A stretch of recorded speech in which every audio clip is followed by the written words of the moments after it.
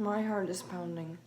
Hey there, I'm Shannon, and for full disclosure, I am 20 years old. I suffer with bipolar disorder type 2, often rapid cycling, and I have been diagnosed for 5 years, since I was 15. However, I have been struggling with mental illness since I turned, honestly, if you ask my mom, since I've been alive. But me consciously since I was 12. I want this video to be very real. I'm in currently a blended state of hypomania because I am type 2 and just crazy depression.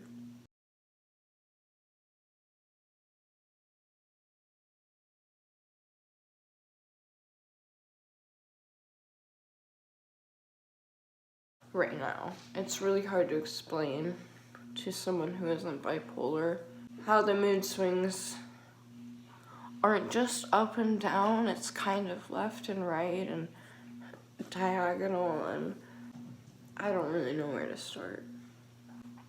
So let me start you with an excerpt of a journal that I wrote in 2013. There's a lot you don't know about me, but let me just read this to you and we'll continue. Readmission. November 13th, 2013. I came in last night around 7:15 p.m. My 4th admission to this facility alone. Why? I bit too deep this time. In the school bathroom while eating lunch. Scooby, shut up. Sorry. While eating lunch in the stall alone. How pathetic sounding. Point is, I'm back here away from real life once again. Away from the death, the rape, the heartbreak, and the blood. However, outside of those walls, it still exists. Why couldn't I have just bled out at school? An accidental suicide. How nice would that have been? So nice. You guys have seen a lot more of my life than anyone who's actually literally been in my life has ever seen. And that being said, I don't think any of you have ever seen me like this. And I don't feel ashamed. The point of this video is not about shame, it's about awareness. And this is real. This is really what happens. This is what happens to people with mental illnesses. There's nothing romantic about it. There's nothing cute. There's nothing fun or quirky. There's nothing attractive about it. I could go on and on, it doesn't matter.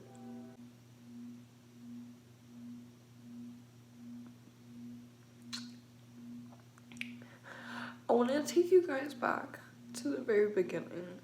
The beginning of my life. Please bear with me, it's all important. From the moment I was born, mostly my mom, but doctors and my mom realized something was just not quite right with me emotionally. Obviously, I was just born, so I didn't realize something wasn't quite right. But I have this thing with sensations, just any sort of sensation. Sight, touch, taste, smell, whatever, anything. Too much of a specific thing would make me burst. It would overload me. It would be more than I could possibly handle, just a sensation. And by the time I was 1 year old, I would have fits of crying rage. And you know, this kind of leads me into my extensive series of diagnoses. So when I turned 12 was my first official diagnosis. After about a year of therapy, I was officially diagnosed with major depressive disorder. This really fucking sucked because at the time I didn't get it. I just didn't get it. I figured it was like the common colds where you could just fight it off. You just drink some teas and fucking antibiotics and eat eat a salad for 2 days. Depression is not like that. I feel like I can mind over matter a sniffle, cough, cold, more than I can mind over matter just be happy. Boo, please stop shitting. This is so inconvenient for my video.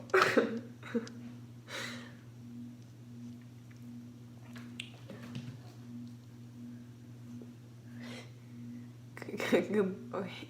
When I turned 14, it was the first time I really thought of suicide as a viable option.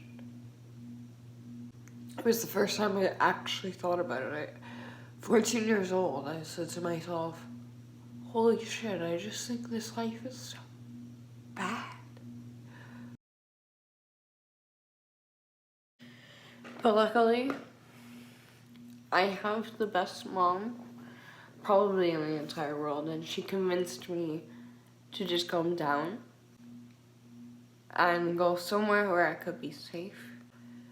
The first facility I ever went to was a more northern Florida, higher security mental facility.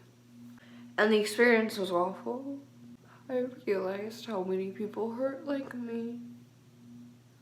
And at first it was comforting, but then it was scary.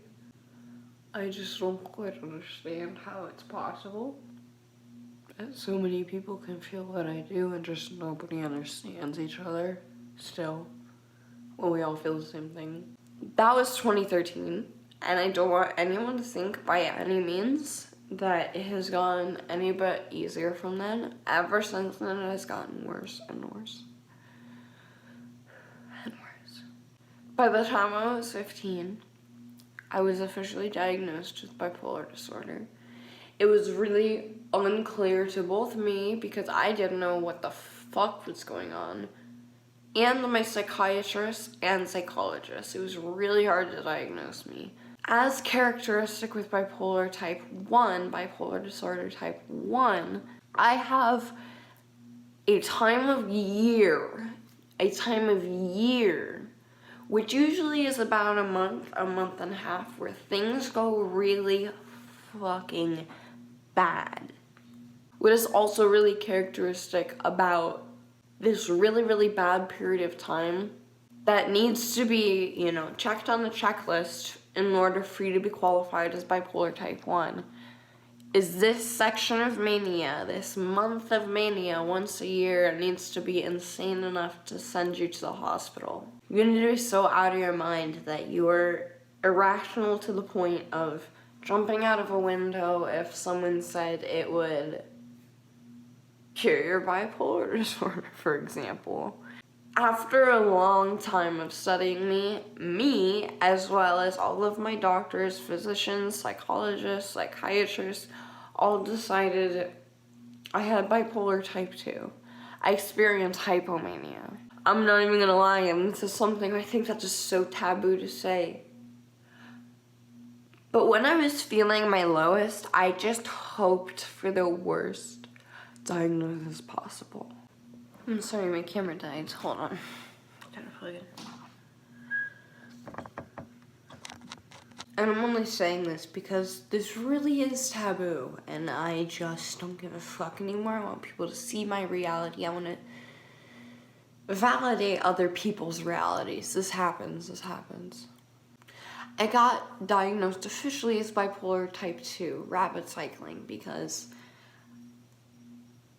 I had so many incidents throughout the year. It wasn't just one big breakdown. It was just a constant influx whenever just the slightest situational thing would happen. And it was exhausting. My last video pertaining to being bipolar or mental illness or mental health in any type of way was called My Struggle with Bipolar Disorder. At this point, I could be wrong, but I think that was about 2 years ago that I published that video. And in that video, I stated that I was bipolar type 1. And I stated that was the worst type of bipolar disorder. And I won't lie, I was secretly happy about this. Secretly really happy about this. I wanted to be the worst. And when I find out my real diagnosis across the board was type 2 bipolar disorder, rapid cycling nonetheless, but type 2 where you don't have a massive epidemic, where just, little things make your life seem miserable, seems pathetic, just like I said in my note at the beginning of this.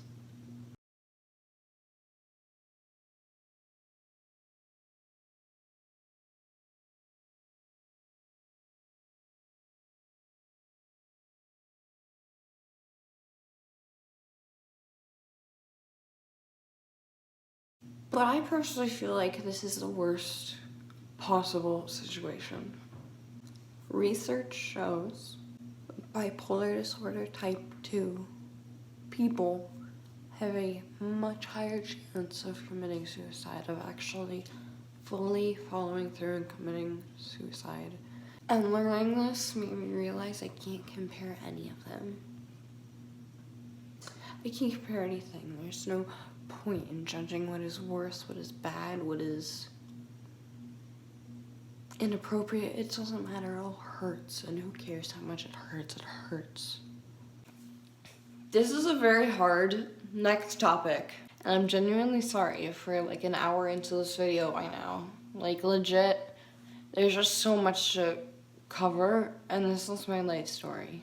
The next thing we need to talk about is self-harm and suicidal ideation.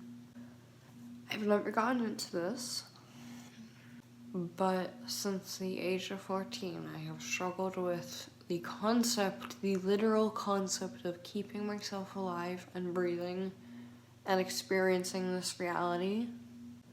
The one thing I've never done is turn to hard drugs, and I don't want to say that as like a cheesy, corny PSA, because that's not really a triumph for me.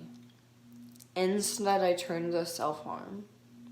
I don't want to get into detail because I'm really a firm believer that if I share too much of this story in the wrong way, it will affect people even subliminally in the wrong way, in a negative way. So I'm doing my best to cover this story, my life story, without hurting anyone, because I know what it's like to be fucking hurt. One of my friends, my freshman year of high school, when I was 14, actually, I'm very young for my class. I was, anyway. One of my close friends at the time was actually cool in my school, a very large school. I would say about 4,000 to 5,000 people. My best friend at the time was really cool, really awesome. And when everything had turned to shit, my boyfriend broke up with me, yada yada yada, I don't remember, it doesn't matter. She introduced me to the concept, in the biggest terms, of hurting yourself enough to numb the emotional pain with physical pain. And I really took this to heart because it really worked. And again, I just want to present this with as little detail as possible. The idea of hurting myself, incapacitating myself, literally killing myself, lingers on my mind because of the disease that I cannot control every day. My brain tells me to hurt myself. My brain tells me to beyond hurt myself. I purposely chose to harm myself in a specific area. Like, I don't even know if I can say this, but I think I'm thankful for choosing this area because people can't see it. You only see it if I'm wearing a bathing suit. I'm not going to go into detail with these events I'm about to tell you because I'm sure I'm well beyond the threshold of getting demonetized at this point. But you have been such a big part of my life. You specifically, you as a whole, all of you. And I don't say that as like a meme or a joke or a ploy of any kind. Like, really, just you specifically being here means so much to me, so I want to give you the truth without compromising my own integrity and your safety. My self-harm ultimately proved completely pointless and only destructive. Regardless of the creative ways I found to hurt myself, nothing filled the void. No tension was relieved. It was just enhanced. As I engaged in this self-destructive behavior, my need for the self-destructive behavior got so much fucking worse. I would compare it to being addicted to hardcore drugs, which I've never participated in, like I've said earlier, but I know not several, but a lot of people who have been involved in that scene. I want to get into the things I felt and why I felt them just very briefly. These are worth another video in themselves. But number one thing that happened. This is a hard story. When I was 15, I was a sophomore in high school. I had played violin for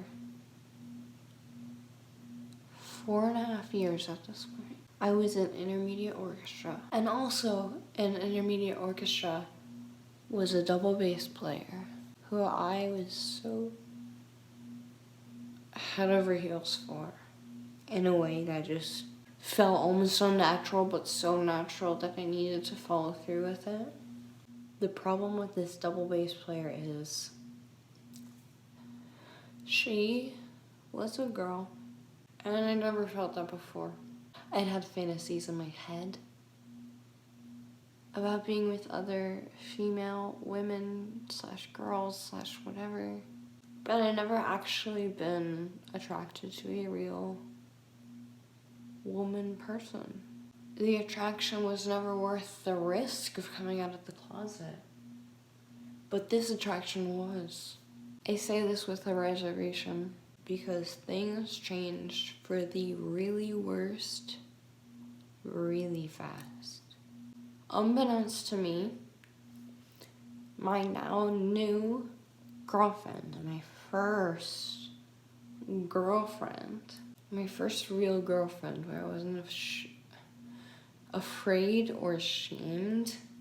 I messaged this girl in my orchestra class. This girl didn't want to believe me. She wasn't inclined to believe me. She didn't think bisexuality was quite super valid, and she had a rule to never F a straight girl. I wasn't straight. I was bisexual. And it became real obvious real fast. But something else became really obvious really fast. I was in over my head. Not because this partner was a female or a woman or whatever, it doesn't matter. I was in over my head because the person I was with, this woman, 18 plus years old, had a job, had an apartment of her own, was also seeing someone else. However, I didn't know this. I don't know how to explain this without being crude, but from what I gather, I was the main hoe. And this other girl was a side hoe. And this literally makes me sick to even say this. I just want to tell this story. I don't even like knowing that anymore. I didn't know my girlfriend had another girlfriend until one day my girlfriend was at my house, in my playroom, as we called it, watching YouTube videos. I walked out for maybe 3 minutes max. And when I came back, my girlfriend was hysterical. And I asked her what the fuck was going on. I had respect for her. I had the utmost respect for her. But in this moment, I not only found out that she had another girlfriend, she was cheating on me. But the reason she was telling me this was because a mass email went through the arts community in our high school. And the main article was saying condolences to my girlfriend's other girlfriend, who not only passed away, but committed suicide. This was the first time I ever found out about this. I look at my girlfriend and I say, why didn't she just tell me? We could have done something together. We could have gotten this girl help. You and me are gonna fucking last. But I didn't say that, of course. But we could have done something and we didn't because nobody told me. Why didn't you tell me? And she looked at me, my girlfriend looked at me and said, if I had told you about her, she would have died sooner. I'll never forget those words. I was 16 years old. It was my first experience acting out on my sexuality. And somebody literally died. And it didn't stop at my girlfriend blaming me. I stayed with my girlfriend through her blame because I could only imagine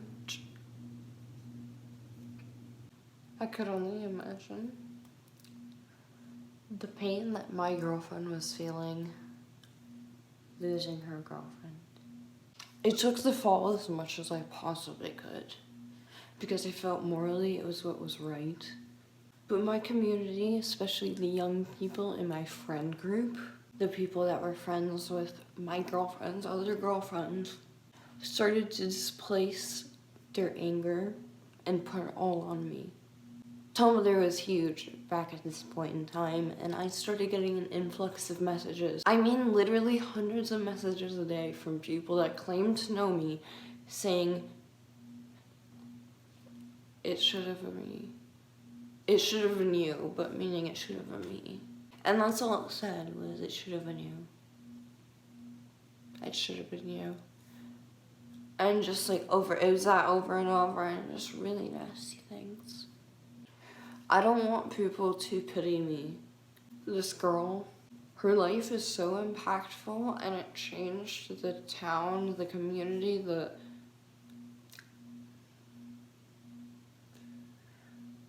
relationship between the people in this town forever.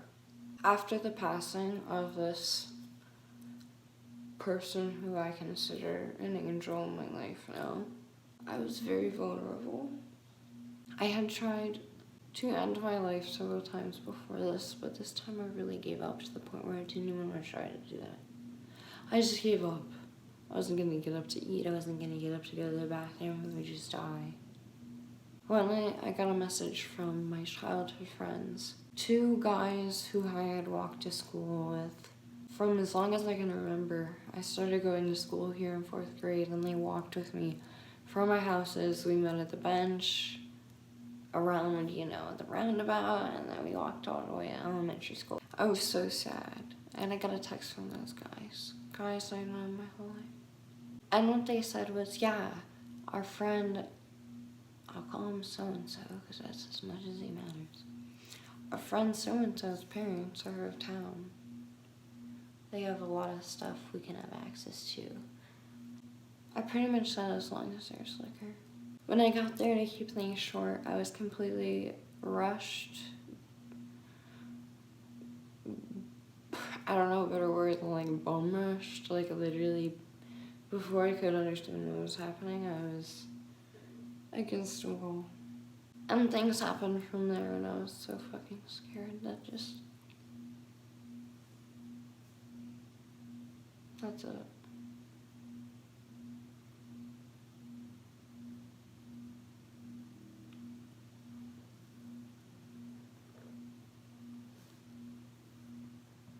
I don't want to talk about it anymore.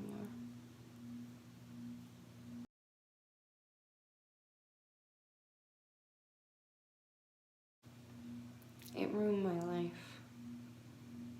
But my life is almost back on track. I have a boyfriend I love. You all know him. His name is Carson Edward. I've been very hesitant to merge this part of my life with this part of my life until now.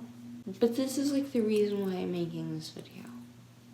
We have, I don't even want to say fights, just like confusions with how to deal with little things that trigger me. And it's not fair to him, but it's also not fair to me. I didn't sign up for this. It was just literally forced upon me. Very literally. There's things I need to improve on that are really, really, really difficult to get a grasp of because of the traumatic events in my life. And really this video, like, I don't want to, not in an asshole way, but this isn't for you guys. This is for me. This video is for me. I've had a really hard last several months. This house is amazing, but I haven't had the energy to, like, even settle in. This is my room right now. There's my cat's, like, box and, like, his living quarters. This is the master bedroom, and this is, like, all I've accomplished, and that's, like, not very good. My only constant through all of this has been my music. And even that has had such setbacks that really fucking sucks. Things that are so far out of our control that just keep happening and happening and happening. But it's gonna be so worth it because every time I hear these songs, they get better and better. In conclusion of all this, I want to share with you guys something that really actually means a lot with me. These are people I've been in contact with for a little while from a website called BetterHelp. If you follow this link right here, it will take you to personalized, online, one-on-one, individualized therapy sessions. Oftentimes when you have a really severe mental illness, going out to a therapy session is just not an option. And I've literally been there where it's like the shame of being the crazy one in the therapy office. Like, why do I have to go? I always wished there was some sort of option. And unfortunately for me, it didn't come soon enough, but there is now. My most recent therapist graduated me, but I feel like I'm slipping into a place where I need an outside opinion and professional help. I've already tried a few sessions with BetterHelp with an individualized counselor, and they have been good. As a typical mental health patient, I've really resisted the just whole entire idea of the treatment, and I vow from here on out to not resist anymore. I trust this company. The people I've talked to that represent this company are nothing but kind, caring, thoughtful individuals.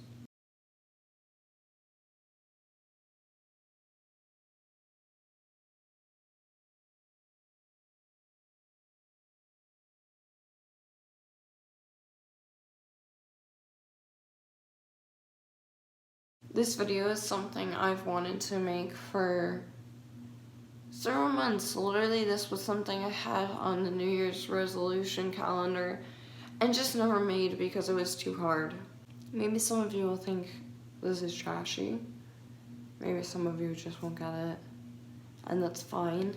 It's worth reaching the people who get it. More than anything, I'm really stoked to finally say fuck you to all my trauma. I'm so done with it. I'm ready to move on.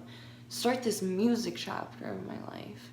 Grow my band, New Pollution, which we'll talk about the name in another video. This was a hard one to make. I appreciate every single one of you more than you could ever know. I hope everything has made sense. I'm sorry for the ups and downs. This is what a real bipolar experience is like. The birds are chirping. I haven't gone to sleep yet. Thank you for listening.